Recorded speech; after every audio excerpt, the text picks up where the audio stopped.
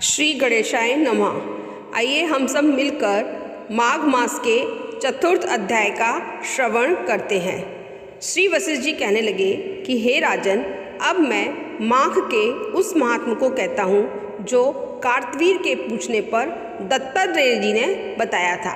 जिस समय साक्षात विष्णु के स्वरूप श्री दत्तात्रेय सत्य पर्वत पर रहते थे, तब महेश्मती के राजा सहस्त्रार्जुन ने उनसे पूछा कि हे योगियों में श्रेष्ठ दत्तात्रेय जी, मैंने सब धर्म सुने, अब आप कृपा करके मुझे माघ मास का महात्म्य कहिए।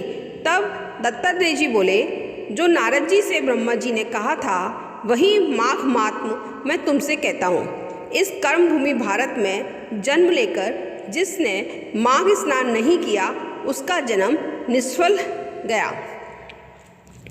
भगवान की प्रसन्नता, पापों के नाश और स्वर्ग की प्राप्ति के लिए माघ स्नान अवश्य करना चाहिए। यदि यह पुष्ट व शुद्ध शरीर माघ स्नान के बिना ही रह गया तो इसकी रक्षा करने से क्या लाभ। जल में बुलबुले के समान, मक्खी जैसे तुच्छ जंतु के समान यह शरीर माघ स्नान के बिना मरण समान है। विष्णु भगवान की पूजा न करने वाला ब्राह्मण, बिना दक्षिणा के श्राद्ध, ब्राह्मण रहित क्षेत्र, आचार रहित कुल, ये सब नाश के बराबर है।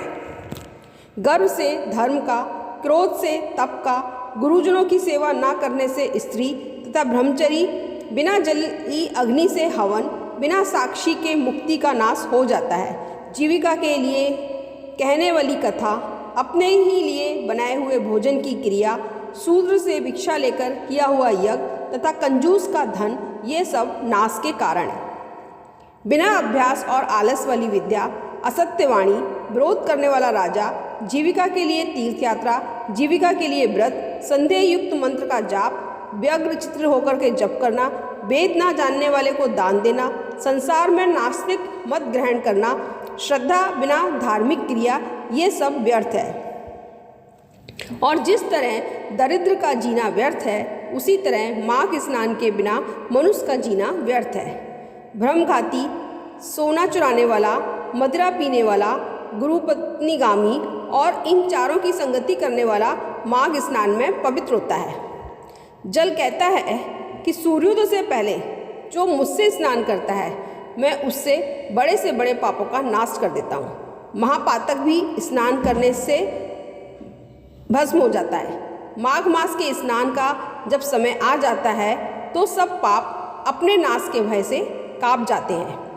जैसे मेघों से मुक्त होकर चंद्रमा प्रकाश करता है, वैसे ही श्रेष्ठ मनुष्य माघ मास में स्नान करके प्रकाशमान होते हैं।